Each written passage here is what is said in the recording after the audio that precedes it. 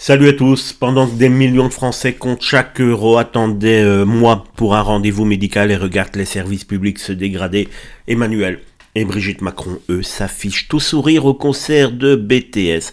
Au Stade de France, le couple présidentiel a assisté ce vendredi 17 juillet au premier des deux concerts parisiens du groupe sud-coréen devant environ 88 000 spectateurs avant d'apparaître sur les écrans géants. Emmanuel Macron a même publié un message de bienvenue sur les réseaux sociaux, soyons clairs. Le problème n'est pas vraiment qu'un président écoute de la musique, non, ou s'accorde une soirée, mon Dieu. Un chef d'État reste un être humain. Le problème, c'est l'image.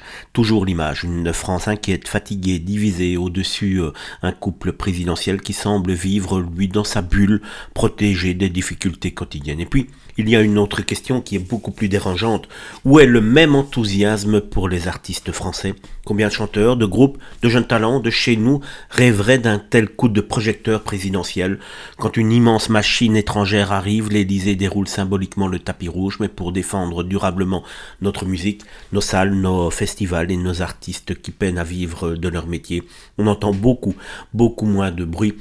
Emmanuel Macron et Brigitte Macron ne se ridiculisent pas à aller faire deux pas de danse devant un spectacle dont ils n'en ont rien à foutre.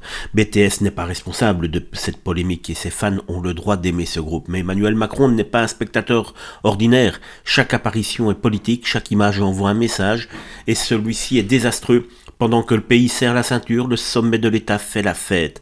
Ce contraste choque, car la fonction présidentielle impose aussi de comprendre le moment, la colère et les priorités du pays. Encore une fois, le pouvoir voulait paraître moderne et proche de la jeunesse. Il réussit surtout à paraître totalement ridicule et déconnecté.